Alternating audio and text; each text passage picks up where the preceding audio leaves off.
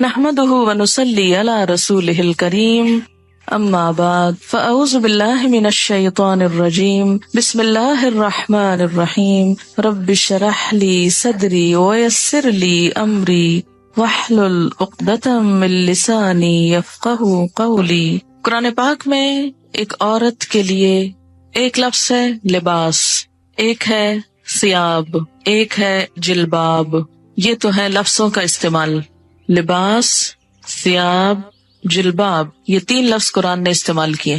لباس کہتے ہیں اس کپڑے کو جو جسم ڈھانکتا ہے، لباس، ڈریس جس کو آپ کہتے ہیں، جیسے شرٹ ہے، پاجامہ ہے، جو جسم کے ساتھ لگا ہوتا ہے۔ ثیاب اور جلباب وہ کپڑا ہے جو لباس سے اوپر ہوگا۔ پھر لباس کے مختلف حصے بھی استعمال ہوئے، مثلاً خمار، پھر سرابیل ایک اور جگہ پر استعمال ہوتا ہے، سرابیل من قطران جہنمیوں کے لباس کے لیے استعمال ہوا ہے شلوار کے معنی میں۔ اسی طرح قمیص، تو ایک ہے قمیص جو اوپر کا لباس ہے، پاجامہ یا شلوار جو ہے وہ اس کو مکمل کرتا ہے۔ عورتوں کے لیے ایک زائد ڈریس ہے مردوں سے، اور وہ ہے خمار جس کا سورۃ النور میں ذکر ہوا ہے، دوپٹہ، یہ سب کچھ لباس میں شامل ہو جاتا ہے۔ اس کے بعد ثیاب اور جلباب باہر جانے کے لیے استعمال ہوتا ہے۔ یہاں بوڑھی عورتوں کو کیا کہا کہ باہر جاتے ہوئے پھر وہ بڑی چادر جس کو ثیاب ان کا بولا گیا وہ اتار دیں، کیونکہ اگر ثیاب سے مراد لباس ہوتا تو پھر آپ خود سوچ سکتے ہیں کہ اس کا معنی کیا بنتا ہے۔ سورۃ الاحزاب میں آتا ہے یا ایھا النبی قل لازواجک وبناتک ونساء المؤمنین یدنین علیہن من جلابیبہن۔ تو اس سے کیا پتہ چلتا ہے کہ گھر کے اندر تو لباس ہوگا، گھر کے باہر جلباب ہوگا، ثیاب ہوگا۔ کچھ زینت ایسی ہے کہ جو گھر کے اندر چھپانی ہوگی اس کو ستر بولتے ہیں، جو ایک عورت عورت کے سامنے یا ایک مرد مرد کے سامنے چھپاتا ہے، یا ایک عورت اپنے محرم رشتہ داروں کے سامنے چھپاتی ہے، یا کچھ نامحرم رشتہ داروں کے سامنے، اور ایک حجاب ہے جو غیر محرم لوگوں کے سامنے استعمال کیا جاتا ہے۔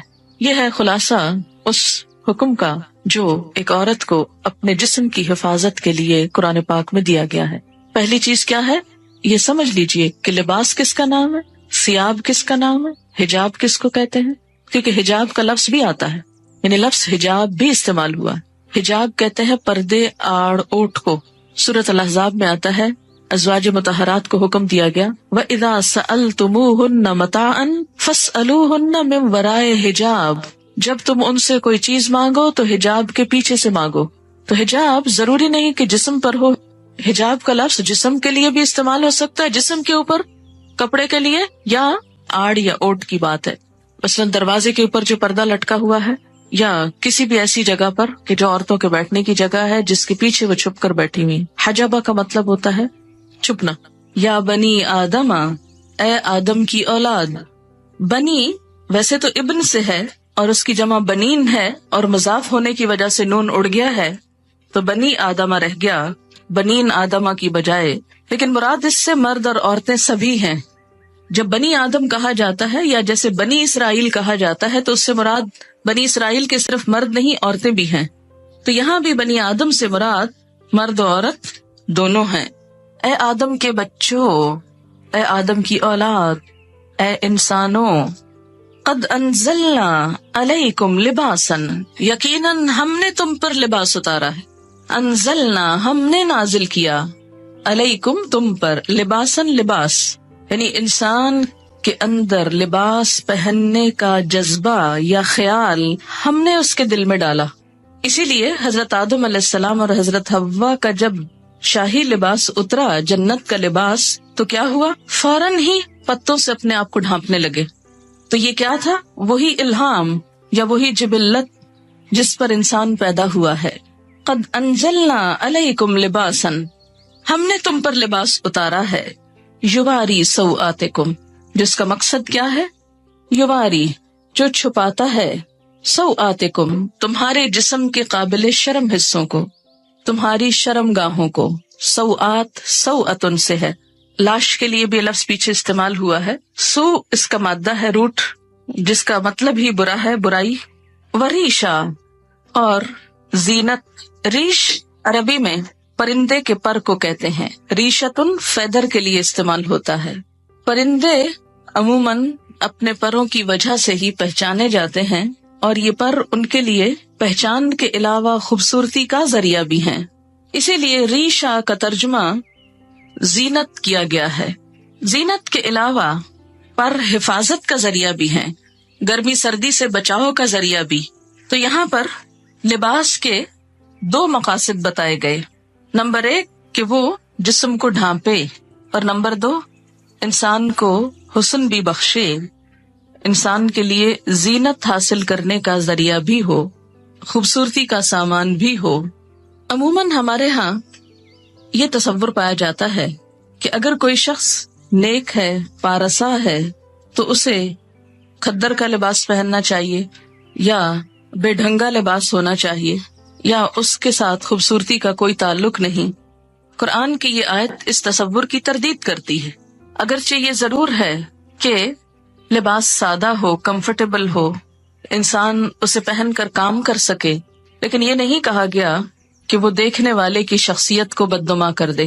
جہاں تک یواری سوآتکم کا تعلق ہے تو لباس کی 2 چیزیں بتائی گئیں کہ وہ شفاف نہ ہو، وصاف نہ ہو۔ شفاف کا مطلب کیا ہے؟ ٹرانسپیرنٹ نہ ہو، یواری چھپائے۔ اگر کوئی لباس جسم کو چھپاتا نہیں، یواری کی صفت پوری نہیں کرتا، تو وہ بھی اسلامی لباس نہیں۔ اور دوسرا وصاف نہ ہو۔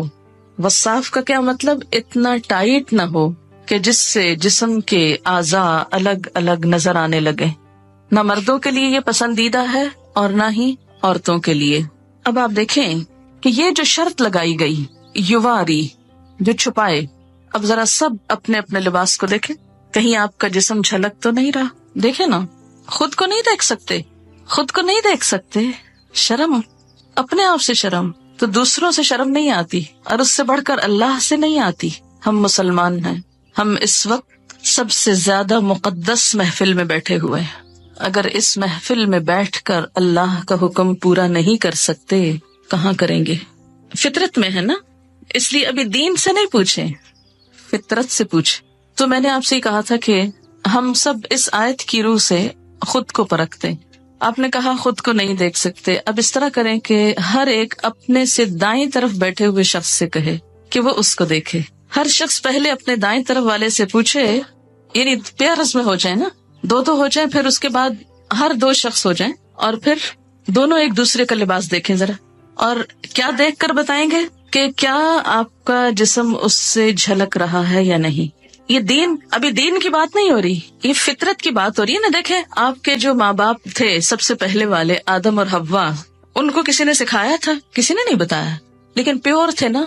تو باوجود اس کے کہ شیطان کے حملے کا شکار ہو چکے تھے، لیکن جو ہی شیطان نے ایک حملہ کیا دوسرا نہ کرنے دیا، اپنے آپ کو ڈھانپ لیا فوراً، دیر ہی نہیں لگائی، مشورہ بھی نہیں کیا کہ ڈھانکے گئے ایسے ہی پھرتے رہے، کون ہے تیسرا یہاں؟ وہ یہ کہہ سکتے تھے نا کوئی تیسرا تو ہے نہیں، اور وہ تو آپس میں شوہر اور بیوی تھے، ان کا کیا پردہ؟ کوئی وحی نہیں آئی تھی کہ جسم ڈھانپو، وہ تو کیا ہوا، آ کے شاہی لباس اتروائے گئے۔ پھر آپ دیکھیں کہ آپ میں سے کچھ لوگ سوچ رہے ہوں گے کہ تو ہم عورتوں میں بیٹھے ہیں، کیا فرق پڑتا ہے؟ لیکن کیا ہم یہ لباس صرف عورتوں میں پہنتے ہیں یا باہر بھی، جہاں آدمی ہوتے ہیں سڑک وغیرہ، گاڑی میں، وین میں، ڈرائیور، دوسرے تیسرے، ان کے سامنے بھی؟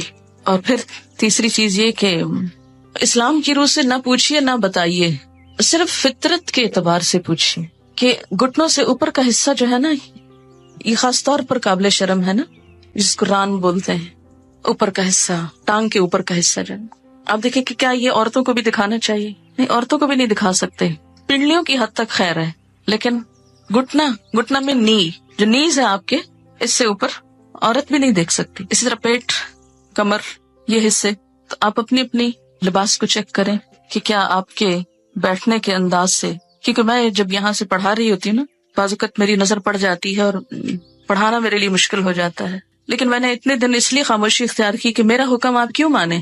میں آپ پہ داروغہ نہیں بنا کے بھیجی گئی، معلم تو ہو سکتی ہوں لیکن داروغہ نہیں، پولیس مین کا کردار نہیں۔ جو اللہ سے نہ ڈرے وہ مجھ سے کیا ڈرے گا؟ اگر مجھ سے ڈرے بھی تو آپ کو تو کوئی فائدہ ہی نہیں، کوئی ثواب ہی نہیں، ثواب تو اللہ سے ڈرنے کا ہوگا۔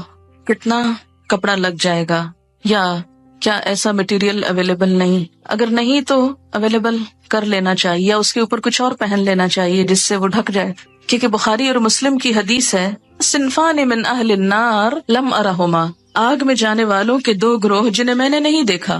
ایک گروہ ان میں سے مردوں کے بارے میں ہے، ظالم حکمرانوں کے بارے میں ہے، اور دوسرا عورتوں کے بارے میں ہے.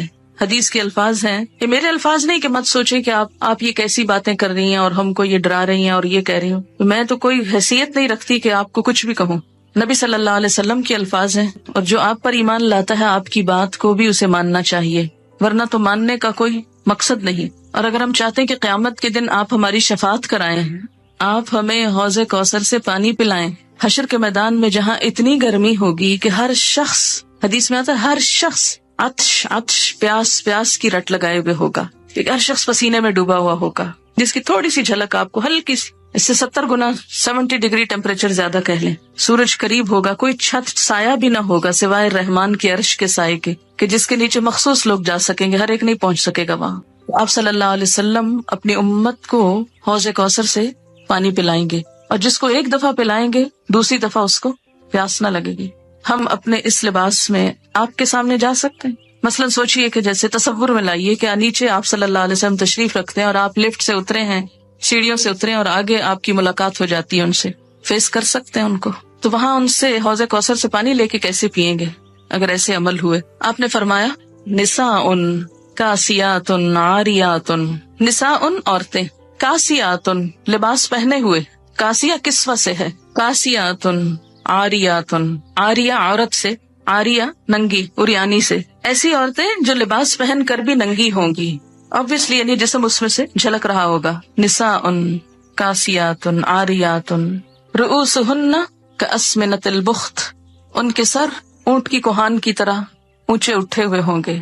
ہیئر سٹائل کی طرف اشارہ ہے کہ ان کے سر اونچے اٹھے ہوئے ہوں گے. کس طرح؟ جیسے اونٹ کی کوہان اٹھی ہوئی ہوتی، کوہان اس کی ہم کو کہتے ہیں نا وہ ابھرا ہوا حصہ ہے.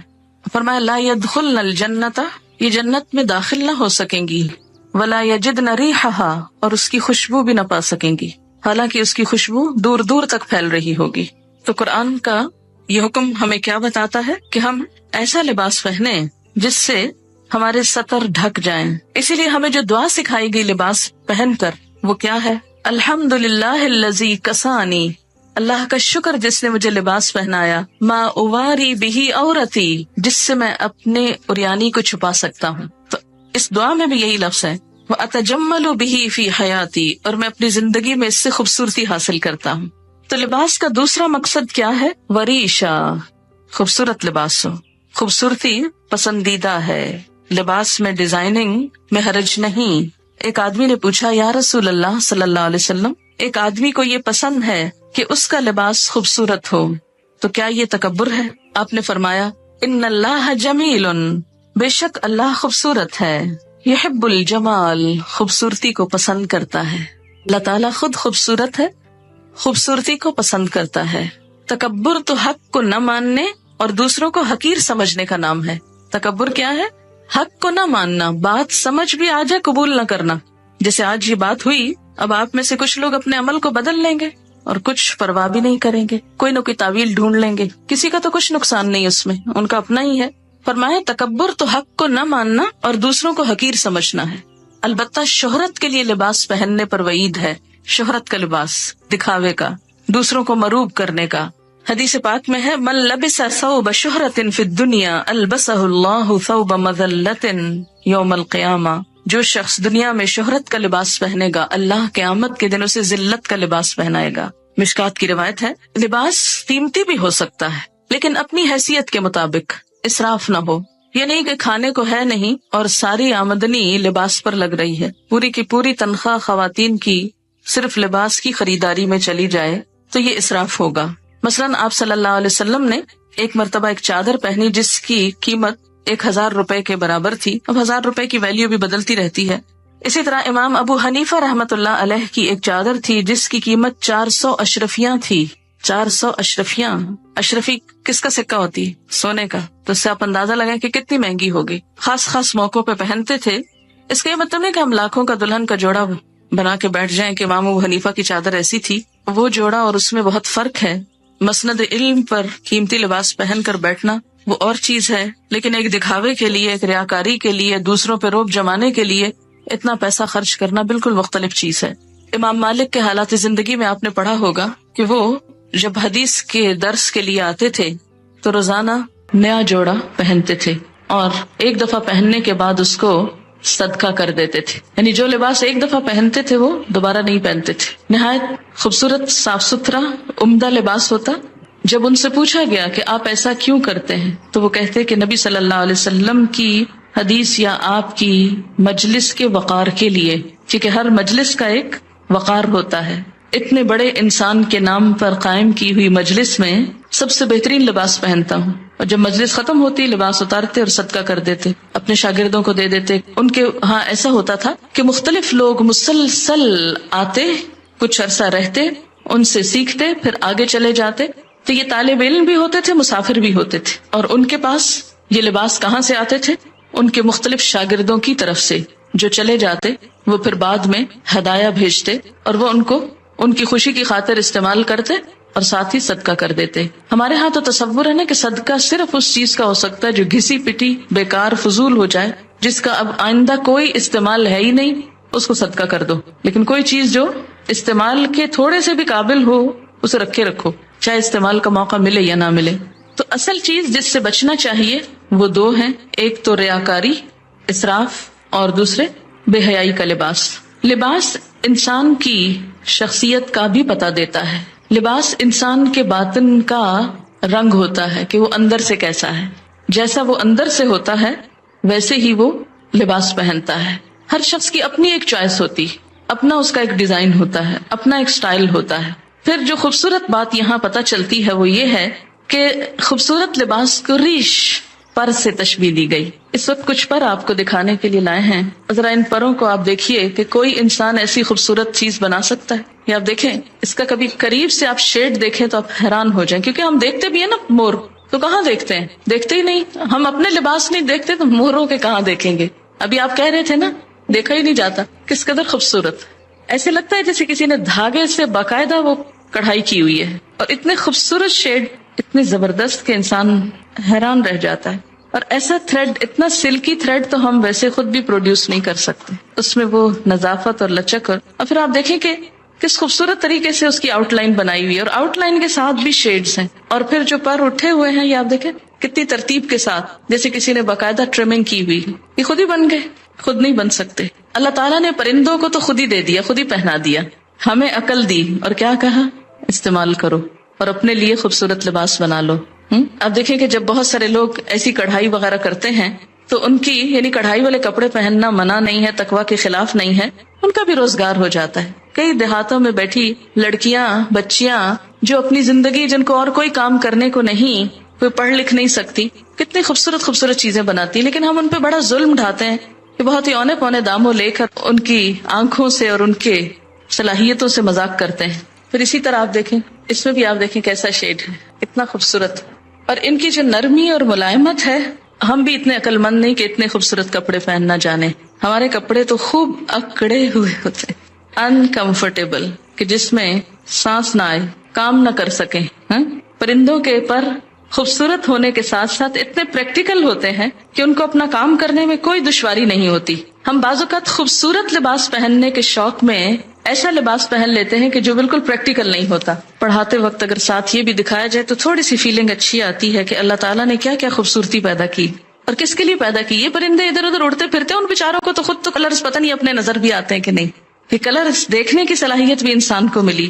ہم انسان ایکسٹریم پہ چلے جاتے ہیں. ہماری ایکسٹریمز کیا ہیں کہ یا تو دین کے نام پہ، تقویٰ کے نام پہ ہم بالکل بدھو بن جاتے ہیں اور دنیا کی کسی چیز سے کوئی فائدہ نہیں اٹھانا چاہتے. ملنگ کہلانا دوسرے لفظوں میں نیک کہلانا ہے. اسلام میں کسی ملنگی کا کوئی تصور نہیں. یہ بعد کے نظریات ہیں، سادھو اور بھکشو اور معلوم نہیں کیا کچھ. اللہ تعالیٰ نے اپنی یہ تخلیق ہمیں سکھانے کے لیے، ہمیں دکھانے کے لیے پیدا کی ہے. کس کے لیے ہے یہ سب کچھ؟ اللہ تعالیٰ فرماتے تمہارے لیے.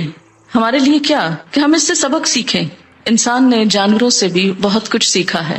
اپنی حیثیت کے اندر رہتے ہوئے، اپنی شخصیت کے مطابق ساتر لباس، خوبصورت لباس، خواہ پینٹنگ ہو، کڑھائی ہو، مکیش ہو، تلہ ہو اور کچھ اور ہو جو آپ کو آتا ہے اور مجھے نہیں آتا، یہ سب کچھ منع نہیں ہے، لیکن موقع کی مناسبت سے، حدود کے اندر رہتے ہوئے اور پہلی شرط مانتے ہوئے.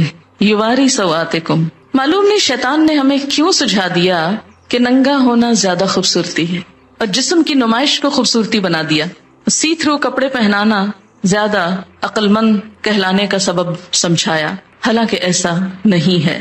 سارے جانوروں کے لباس اللہ نے خود ہی پہنا دیے اور وہ بےچارے ایک ہی ڈیزائن میں رہتے ہوئے دنیا سے چلے جاتے ہیں، جبکہ انسان کو ایک لباس نہیں دیا، اس کو سکن کلر دیا جس کے اوپر ہر خوبصورت چیز نمایاں ہو جاتی. آپ دیکھیں نا سکن کلر کا کارپیٹ ہو تو اس کے اوپر فرنیچر کتنا نکھرتا ہے. تو اسی طرح آپ کو اللہ نے سکن کلر کا جسم دیا جس کے اوپر خوبصورت رنگوں کے لباس، خوبصورت کڑھائیوں کے لباس آپ کے لیے حسن کا سبب ہے. یہی اگر آپ کی سکن بلو کلر کی ہوتی تو آپ کتنے لمیٹڈ کلرز پہن سکتے تھے، کیونکہ بلو کے اوپر ہر کلر پھر سوٹ نہیں کرتا. اسی طرح اگر آپ گرین ہوتے، سوچے نا تھوڑا سا، تو کیا نظر آتے. کتنی وسیع چوائس دی ہے اللہ نے آپ کو، ہم شکر نہیں کرتے، شکر نہیں بجا لاتے. اور آپ کو معلوم ہے کہ ایک پرندے پر تقریباً 10,000 مختلف قسم کے پر ہوتے ہیں. بعض پر اڑنے کے کام آتے ہیں، بعض جسم کے ساتھ ہوتے ہیں، اس کی شیپ نمایاں کرتے ہیں. اسی طرح فلفی ہوتے ہیں، نرم ہوتے ہیں، آرام دہ ہوتے ہیں. تو لباس بھی اگر آرام دہ ہو، نرم ہو، سلکی ہو، کمفرٹیبل ہو تو اس میں حرج نہیں، گناہ کی بات نہیں. ہاں، مردوں کے لیے سلک حرام قرار دی گئی، اگر ان کے لیے حلال ہوتی تو شاید عورتوں کے حصے میں بہت تھوڑی آتی. حدیث ہے آپ صلی اللہ علیہ وسلم جب کوئی نیا کپڑا پہنتے تو اس کا نام لے کر فرماتے کہ اللہ نے مجھے یہ عنایت فرمایا، اور پھر دعا پڑھتے اللہم لک الحمد انت کسوتنیہ اسألک خیر ما صنع لہ واعوذ بک من شرہ وشر ما صنع لہ. اے اللہ، تیرے لیے ہی سب تعریف ہے، جیسا کہ تو نے مجھے یہ کپڑا پہنایا، میں تجھ سے اس کی بھلائی اور اس چیز کی بھلائی کا سوال کرتا ہوں جس کے لیے یہ بنایا گیا، اور میں تیری پناہ چاہتا ہوں اس کی برائی سے اور اس چیز کی برائی سے جس کے لیے یہ بنایا گیا. ایک اور دعا ہے اللہم انی اسألک من خیرہ وخیر ما ہوا لہ واعوذ بک من شرہ وشر ما ہوا لہ. ترجمہ ہے اے اللہ، میں آپ سے اس کپڑے کی بھلائی کا اور یہ جس مقصد کے لیے ہے اس کی بھلائی کا سوال کرتا ہوں، جس مقصد کے لیے یہ کپڑا پہنا ہے اس کی بھی بھلائی کا سوال. کتنا خوبصورت ذہن موڑتا ہے نا اسلام اچھی طرف. کپڑا پہنو، کسی خاص اوکیزن کا کپڑا پہن رہے ہو، اور ہو سکتا ہے آپ کپڑے تو خوب پہن جائیں اور وہ سارا اوکیزن برباد ہو جائے، تو اس اوکیزن کے لیے بھی دعا مانگی جا رہی ہے. ساتھ ہی اگر آپ یہاں آنے سے پہلے یہ دعا پڑھیں تو اس سارے کام کی بھلائی کی دعا ہو جائے گی، اور اس کی برائی سے یعنی اس لباس کی برائی سے اور یہ جس مقصد کے لیے ہے اس کی برائی سے تیری پناہ چاہتا ہوں، تو آپ محفوظ بھی رہیں گے.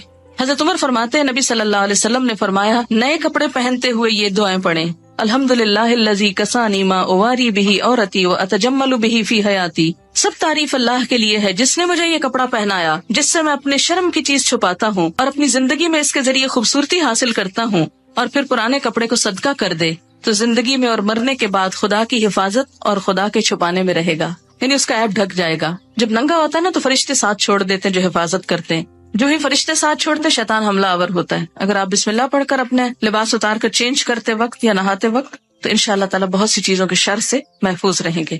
اس کے بعد فرمایا وَلِبَاسُ التَّقْوَى، اور تقویٰ کا لباس. ایک لباس انسان کے ظاہر کا ہے اور ایک لباس انسان کے باطن کا ہے. تقویٰ کہاں ہے؟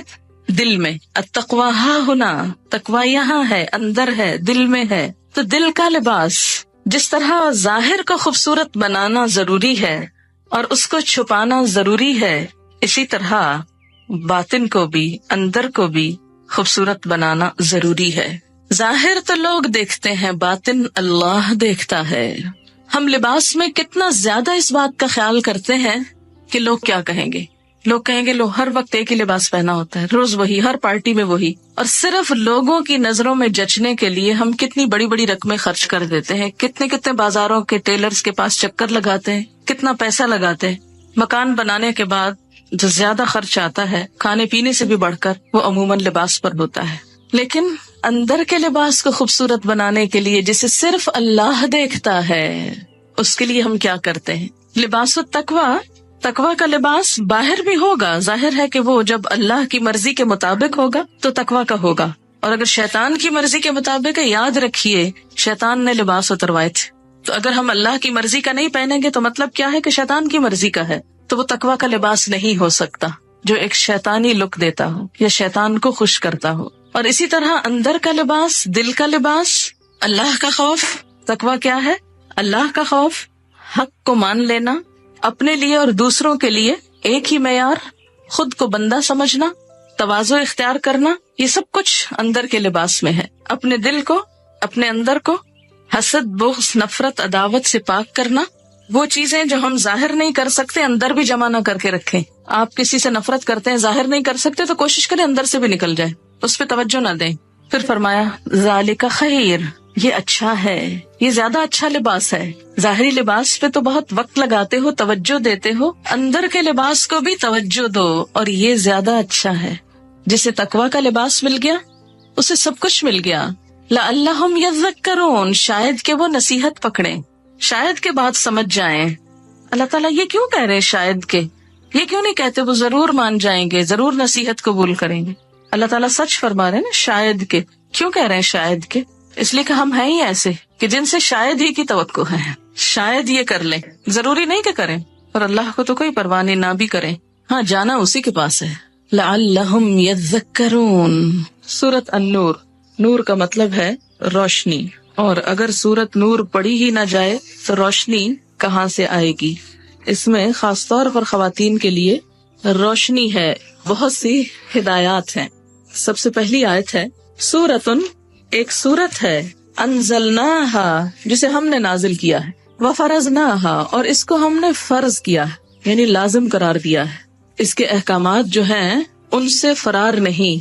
ہاں، وَأَنزَلْنَا فِيهَا آيَاتٍ بَيِّنَاتٍ، اور اس میں ہم نے بڑی واضح آیات اتاری ہیں کہ کوئی کل یہ نہ کہے، بہانہ نہ کرے ہمیں تو سمجھ نہیں آئی تھی کہ اللہ تعالیٰ چاہتے کیا تھے. نہیں، بڑی واضح باتیں ہیں. کس لیے ہے؟ لَعَلَّكُمْ تَذَكَّرُونَ، تاکہ تم سبق لو، تاکہ تم نصیحت پکڑو. یہ لفظی ترجمہ نصیحت پکڑو، تاکہ تمہیں یاد دہانی ہو جائے. ذکر بمانا یاد دہانی. قُلْ لِلْمُؤْمِنِينَ، کہہ دیجئے مومن مردوں کو، یغضوا، جھکا کر رکھیں، من ابصارہم، اپنی نگاہوں میں سے، ویحفظوا، اور حفاظت کریں، فروجہم، اپنی شرمگاہوں کی. ذالک، یہ بات، ازکا لہم، زیادہ پاکیزہ ہے ان کے لیے. ان اللہ، بے شک اللہ تعالی، خبیرن، باخبر ہے، خبر رکھنے والا ہے، بما یصنعون، ساتھ اس کے جو کچھ وہ کر رہے ہیں. اس آیت میں مومن مردوں سے خطاب ہے اور اگلی آیت میں مومن عورتوں سے. آپ جانتے ہیں کہ قرآن پاک کے بہت سے احکام یا ایھا الذین آمنوا کہہ کر مردوں اور عورتوں کے لیے برابر طور پر کہہ دیے جاتے ہیں، لیکن وہ احکامات جن میں خصوصی تاکید کی ضرورت ہوتی ہے اور مردوں اور عورتوں کے حکم میں بھی کچھ فرق ہوتا ہے، ان کو الگ الگ بیان کیا جاتا ہے. جس کی ایک مثال تو یہاں سورۃ النور میں ہے، ایک اور مثال سورۃ الحجرات میں ہے. سورۃ الاحزاب میں بھی خواتین کا نام لے کر مردوں اور عورتوں دونوں کو الگ الگ طور پر کچھ باتیں بتائی گئی. ان میں سے زیادہ تر احکامات معاشرتی زندگی سے متعلق ہیں.